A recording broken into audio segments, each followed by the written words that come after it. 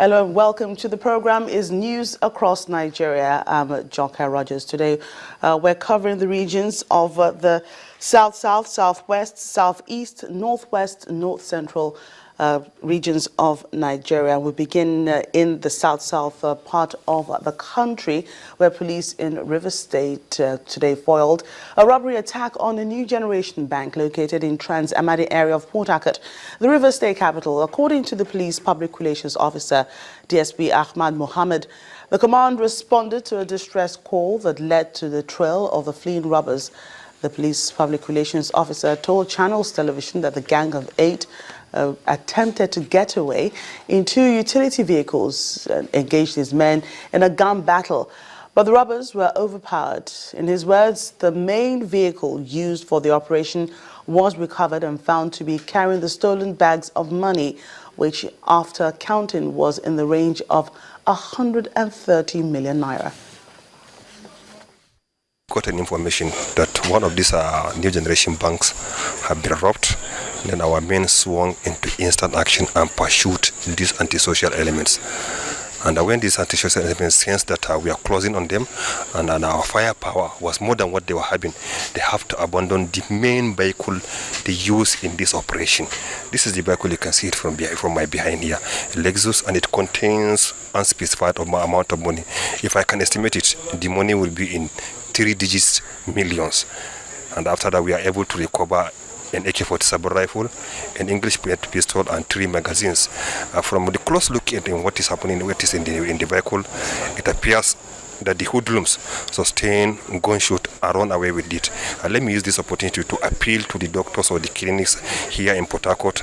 Yes, they can go ahead and treat them, but we are appealing for them to give us information so that we can get these people to answer the consequences of their own action.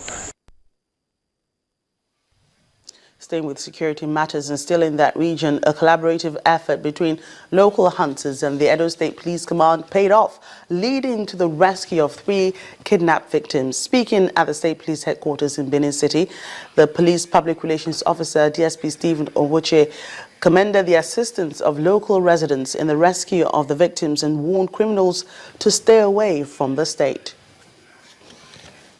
On resumption of duty as the Commissioner of Police in Edo State, Chris Ezike talked tough on the resolve of the command to tackle head-on all forms of crime and criminality in the state. As the days go by, more testimonies to this commitment emerge, as evident in the case of these 3 persons rescued through a collaborative effort between the police and the locals from the abductor on Tuesday, close to Okada town in Ovia Southwest local government area of Edo State. The Commissioner of Police Edo State ordered immediate manhunt for the kidnapper and the rescue of the victims. And all our operatives, Safer Highway, Thunderstorm, the divisions that have jurisdiction, all our federal highway operatives and our kidnapping teams, they took over the bush in collaboration with the local vigilantes and the hunters in that area. And from that Monday until last night, our men has been in the bush, combing the bush with the villagers and with the vigilantes. It just paid off that last night. While still searching with the hunters, our men ran into their hideouts. The victims were rescued from the bush unhurt. The rescued victims, who are full of gratitude for the police and the locals, narrate their experiences in the hands of the abductors. Well, we boarded vehicle from Lagos to Benin in the normal Yanakwaja. So only for us to get to after Okada, where the vehicle was stopped. We saw some armed men who took us out of the vehicle. We were many. I was even there with my wife, but they took me and one lady and one other young man. I can't identify any of them because they cover their faces. What was an estimate from the voices you heard? They are 8 in numbers. And here is yet another success story by the Edo State Police Command.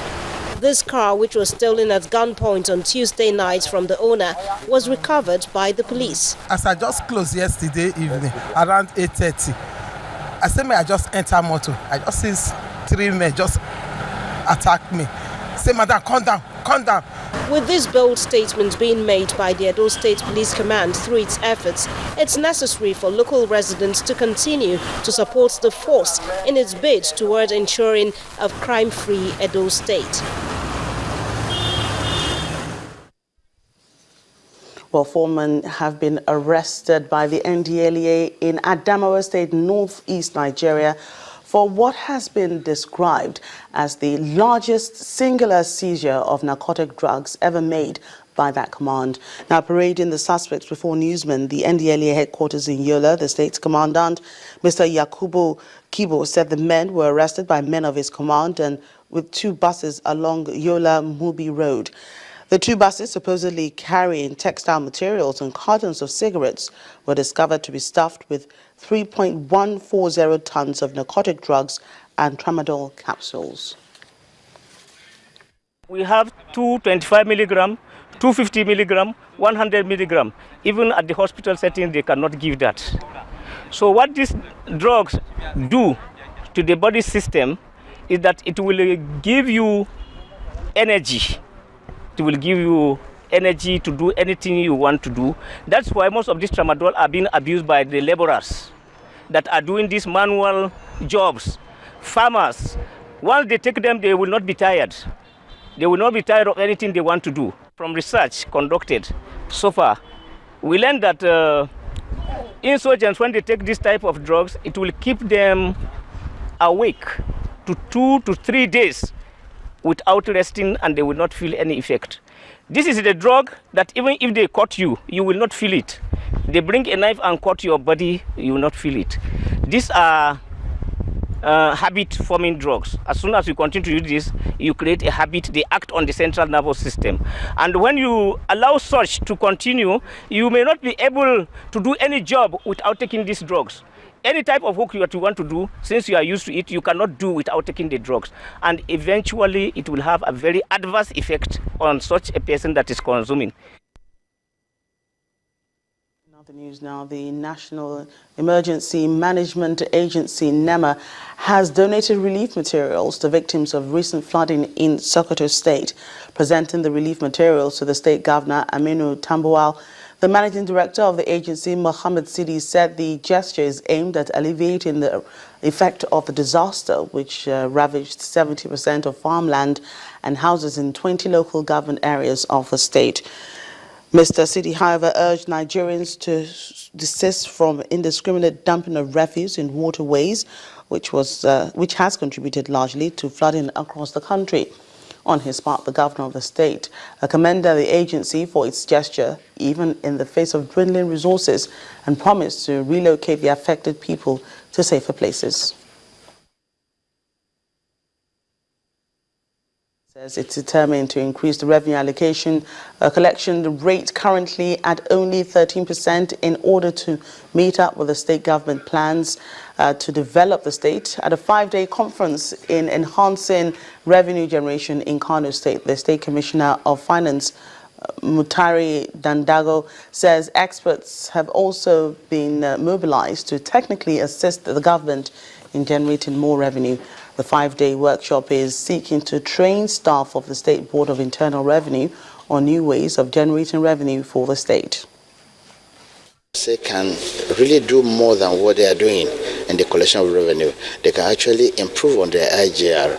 And we, as part of the consultants that are being on ground, we believe that it's a social responsibility on us, a corporate responsibility on us, to really train the staff.